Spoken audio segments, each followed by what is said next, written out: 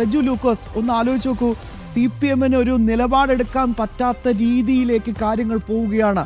Yes or no എന്ന് പറയേണ്ട ഒരു ചോദ്യമാണോ ഈ ചോദിച്ചത് എന്നൊക്കെ പറഞ്ഞ് അങ്ങ് മെഴുകുകയാണ്. ഇന്നലെയും ഇന്നൊക്കെ നമ്മൾ കണ്ടു MA ബേബി ഇന്ന് പറഞ്ഞത് അതൊക്കെ ഉചിതമായ സമയത്ത് അങ്ങ് പറയുമെന്ന്. പഴയ ധാർഷ്ട്യമൊക്കെ ഓർമ്മയില്ലേ ശ്രീ റെജി ലൂക്കോസ്? എന്തുകൊണ്ട് അതൊന്നും പറയാൻ കഴിയുന്നില്ല? ലളിതമായ ഒരേ ഒരു ചോദ്യമേ നമുക്ക് ചോദിക്കാനുള്ളൂ. യുവതീ പ്രവേശന വിഷയത്തിൽ സർക്കാരെ, പ്രിയപ്പെട്ട CPM നേതാക്കളെ, നിങ്ങളുടെ നിലപാടെന്ത്? നമ്മുടെ നാട്ടിലൊരു പഴഞ്ചൊല്ലുണ്ട്, പ്രത്യേകിച്ച് ഞങ്ങളുടെ കോട്ടയം ജില്ലയിലൊക്കെ, ചെകുത്താനും കടലിലും നടുവിൽ എന്ന് പറഞ്ഞാൽ ഇപ്പോൾ അവർ ആ അവസ്ഥയിലെത്തിയിരിക്കുക. ഇവർക്ക് എന്ത് തീരുമാനമെടുക്കാൻ പറ്റും? യുവതി പ്രവേശനത്തിന് അനുകൂലിച്ചുകൊണ്ട് ശബരിമലയെ ലോകത്തിന്റെ മുമ്പിൽ അപമാനിക്കാനായിട്ട് ഈ പറയുന്ന പല സ്ത്രീകളെയും പാദയാത്രയ്ക്ക് അവിടെ കയറ്റാനൊരു ശ്രമം നടത്തി. അതിനെയൊക്കെ ചേർത്ത് കേരളത്തിലെ അയ്യപ്പ വിശ്വാസികളും കേരളത്തിലെ മതേതര വിശ്വാസികളും നടത്തിയ ഒരു വലിയ പോരാട്ടമുണ്ട് CPM-ന്റെയും LDF സർക്കാരിനെതിരെ. അത് വിജയിച്ചു വന്നപ്പോൾ ഈ പറയുന്ന കേരളത്തിന്റെ അന്നത്തെ മുഖ്യമന്ത്രി പറഞ്ഞത് സുപ്രീം കോടതി വിധിക്ക് അനുസൃതമായിട്ട് ഞങ്ങൾ നിലനിൽക്കുന്ന പറയുന്നത്. സുപ്രീം കോടതി വിധി എന്ന് പറയുന്നത് സ്വാഭാവികമായിട്ട് 5 അംഗ ഭരണഘടനാ ബെഞ്ചിന്റെ വിധിയായിരുന്നുവെങ്കിലും ആചാരാനുഷ്ഠാനങ്ങളുടെ കാര്യത്തിൽ അത് എങ്ങനെ പാലിക്കാനും അത് നിലകൊള്ളാനുമുള്ള അവകാശമുള്ള രാജ്യത്താണ് നമ്മൾ ജീവിക്കുന്നത്. കോടിക്കണക്കിന് വിശ്വാസ സമൂഹത്തിന്റെ മനസ്സിൽ അല്ലെങ്കിൽ അവരെ വ്രണപ്പെടുത്തിക്കൊണ്ട് അന്ന് ഇടതുപക്ഷ സർക്കാർ നടത്തിയ ഈ നാടകങ്ങൾ നമുക്കറിയാമല്ലോ. രഹ്ന ഫാത്തിമയെ ഉൾപ്പെടെയുള്ളവരെ മനകയറ്റാനായിട്ട് നടത്തിയ നാടകങ്ങൾ കേരളത്തിന്റെ പൊതു മനസാക്ഷിയെ വേദനിപ്പിച്ചിരുന്നു. ഇനി അവരെന്ത് നിലപാടെടുക്കും? അവർക്കിനി അവരുടെ ഈ പറഞ്ഞ 2018 നിലപാടിനോടൊപ്പം നിൽക്കുമോ, അതോ അത് മാറ്റി ഇനി യുവതി പ്രവേശനത്തിന് നമ്മൾ അനുകൂലമാണെന്ന് കോടതിയിൽ പറയാനുള്ള സാഹചര്യത്തിലേക്ക് അവർ വഴുതി വീഴുമോ? ഈ ഒരു ചോദ്യമാണ് ഇപ്പോൾ കേരളം ചോദിച്ചുകൊണ്ടിരിക്കുന്നത്.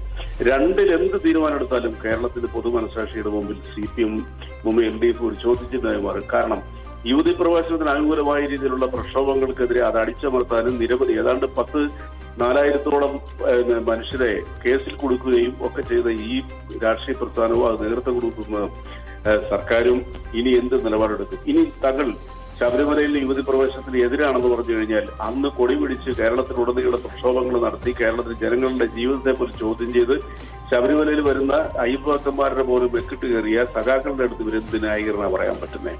ഇവർക്ക് എന്ത് ന്യായീകരണം പറയാൻ പറ്റും? ഇനി ഞങ്ങൾ ഇപ്പോൾ അന്നത്തെ നിലപാടിൽ ഉറച്ചു നിൽക്കുന്നു, ശബരിമലയിൽ സ്ത്രീകളെ കയറ്റുന്നതിന് അനുകൂലിക്കുന്നു എന്ന് ഇവർക്ക് പറയാൻ പറ്റുമോ? അപ്പൊ ഇങ്ങനെ രണ്ട് വൈരുദ്ധ്യങ്ങളുടെ നടുവിലാണ് ഈ പാർട്ടി എന്ന് പറയുന്നത്. അതുകൊണ്ടാണ് ബഹുമാനപ്പെട്ട MA ബേബി പറഞ്ഞത് ഉചിതമായ സമയത്ത് ഉചിതമായ തീരുമാനമെടുക്കുന്നത്. ഈ ചോദ്യം, ഈ സംസാരം തന്നെ ബലഹീനമായ കേരളീയ പൊതുസമൂഹത്തിന്റെ പൊതുജനങ്ങളുടെ മുമ്പിൽ ചോദ്യചിഹ്നമായി മാറിയിരിക്കുന്നത് സർക്കാരിന്റെയും അതിന് നേതൃത്വം നൽകുന്ന പാർട്ടിയുടെയും നിസ്സഹായാവസ്ഥയാണ് നമ്മളിലൂടെ മനസ്സിലാക്കേണ്ടത്. ഒരു കാര്യം ഉറപ്പായി കഴിഞ്ഞു, അയ്യപ്പ സംഗമത്തിന്റെ പേരിലും നടത്തിയ കൊടുങ്കൊള്ള, ശബരിമല ശ്രീധർമ്മശാസ്താവിന്റെ ക്ഷേത്രത്തിൽ നടത്തിയ സ്വർണ്ണക്കൊള്ളയ്ക്കൊക്കെ മറുപടി പറയാൻ ഇവർക്ക് കെൽപ്പില്ലാത്തൊരവസ്ഥയിലേക്ക് എത്തിയിരിക്കുന്നു. കേരളത്തിലെ ജനങ്ങൾ ഇനി ഇവരെ ഈ കാര്യങ്ങളുടെ അധികാരത്തിലേക്കും കേരളത്തിന്റെ ഭരണത്തിലേക്കും ഇവരെ ഒരു കാരണവശാലും കൊണ്ടുവരത്തില്ല.